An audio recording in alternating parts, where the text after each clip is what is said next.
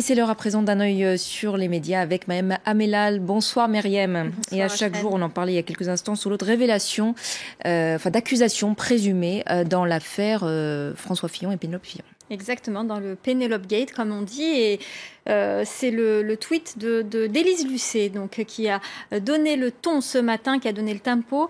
Jeudi, envoyé spécial, nouvelle révélation sur l'affaire Fillon. Alors depuis ce matin, tout le monde attend cette révélation. On sait déjà de quoi il s'agit, mais on n'a pas vu la vidéo. En réalité, tous les journaux en parlent. Pénélope Fillon, en 2007, face caméra, je n'ai jamais été assistante de mon mari. C'était lors d'une interview au Daily Telegraph. Voilà, c'est ça qu'on attend.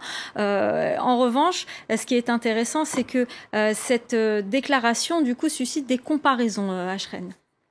Alors, en gros, ce qui a le plus choqué les internautes, c'est le mensonge. Exactement, le mensonge, et d'où les comparaisons dont je vous parle. Regardez ce tweet, c'est un tweet qu'on retrouve beaucoup sur les réseaux sociaux.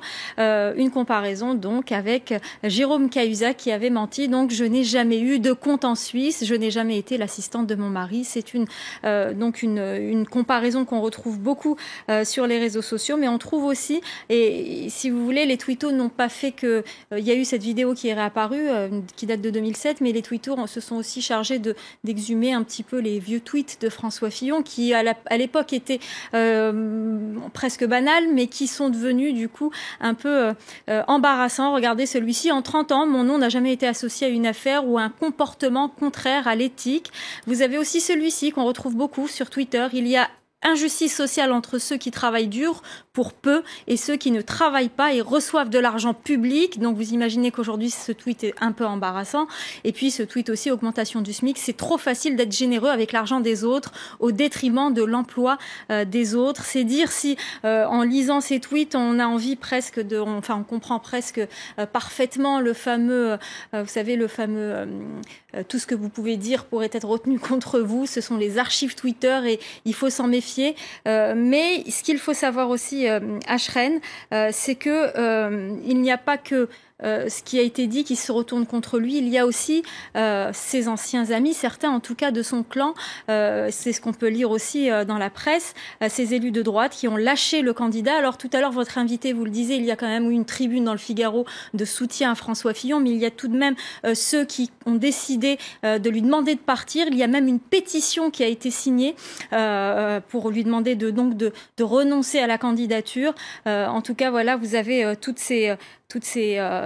ces éléments qui réapparaissent jour après jour et qui continuent à alimenter cette Penelope Gate. Il faut dire que l'affaire a pris ces derniers jours d'énormes proportions. Exactement. Et regardez cette infographie, juste pour info, qui est signée de nos confrères de l'AFP, qui résume un petit peu l'affaire. Et quand on voit ce résumé, c'est presque incompréhensible. On a l'impression que cette affaire est tentaculaire, qu'il y a beaucoup de sous-dossiers.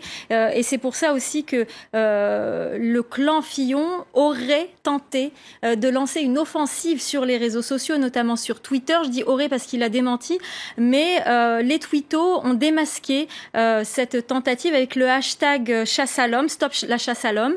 Et apparemment, ce hashtag a été utilisé sur des faux comptes créés spécialement pour cela. Donc, il y a eu bien sûr des tweetos qui ont démasqué cette tentative. Regardez ce tweeto qui dit: le bourrage des urnes version numérique. Donc ça a été beaucoup critiqué. Certains ont voulu riposter en créant, regardez, ce qu'on appelle le défensator. Le défensator, c'est simple. Vous avez un petit endroit où cliquer. Vous avez une phrase type pour défendre Pénélope Fillon. C'est bien sûr humoristique et ça n'a c'est aucunement sérieux et c'est plutôt en défaveur de François Fillon. Les dessinateurs sont également très inspirés par cette affaire. Exactement. Alors avant de vous montrer un dessin, juste un petit message qui réapparaît beaucoup sur Twitter. Si tu as besoin d'argent, sarre-toi dans la caisse. Ça, on le retrouve beaucoup. C'est dans le thème de l'humour, j'ai envie de dire. Et puis les dessinateurs, regardez ce dessin. Votez Fillon. Le revenu universel, c'est naze. On veut des emplois fictifs. Vous avez aussi ce dessin très drôle dans Urtican. Fillon veut rester au plus près des Français. Et le monsieur qui dit à sa femme, fais gaffe à ton sac. Et puis d'autres dessins qui font référence aux fonctionnaires. François Fillon voulait licencier 500 000, supprimer 500 000, les postes de 500 000 fonctionnaires. Et puis regardez le dessin du canard enchaîné qui dit, je demande aux 500 000 fonctionnaires dont les postes ne seront pas supprimés de s'abonner au canard enchaîné pour le remercier. Voilà, ce sera le mot de la fin. Merci beaucoup Mariam, c'était un œil sur les médias.